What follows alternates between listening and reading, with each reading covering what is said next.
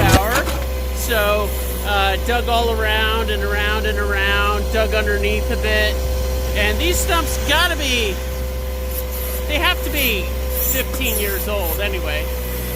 But 10, 15 years anyway. Just trying to pry and get under them and pry them up. But I'm right next to this very nice maple, which I don't want to screw up. So I'm trying to be delicate and pry further away from the root system on the maple. So anyway, this is happy Sunday, everybody. Happy Easter.